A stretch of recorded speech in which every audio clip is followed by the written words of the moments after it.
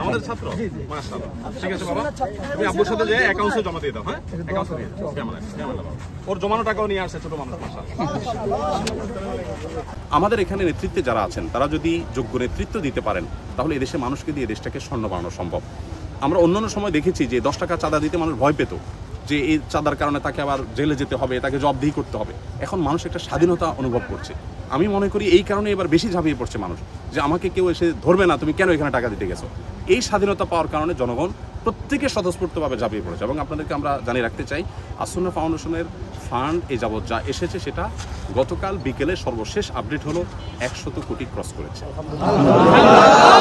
আমরা এইটা এতদিন পর্যন্ত খুব ভালো করে মানে গলা পরিষ্কার করে বলতে পারছিলাম না, বিকজ পুরো আপডেটটা পাচ্ছিলাম না। গতকাল একেবারে সর্বশেষ অফিস টাইম শেষ হওয়ার পরে আপডেট আমাদের এসেছে যে 100 কোটি ক্রস করে গেছে আলহামদুলিল্লাহ। আমরা সেটা হয়তো আগামী 2-4 দিন পর আমরা হয়তো আমাদের ফান্ড নেওয়াটা আমরা বন্ধ করে ফেলবো। বন্যা পরবর্তী পুনর্বাসনের মধ্যে আমরা কৃষকদেরকে পুনর্বাসন করা, তারপর ছোট ছোট ব্যবসায়ী যাদের ব্যবসা শেষ হয়ে গেছে তাদেরকে মালামাল কিনে দিয়ে একজন মুদি দোকানে তার দোকানটা এস্টাবলিশ করে দেওয়া, এই কাজগুলো আমরা করবো। 5000 পরিবার যাদের ঘর একেবারে শেষ হয়ে গেছে তাদেরকে আমরা ঘর নির্মাণ করে দেবো ইনশাআল্লাহ।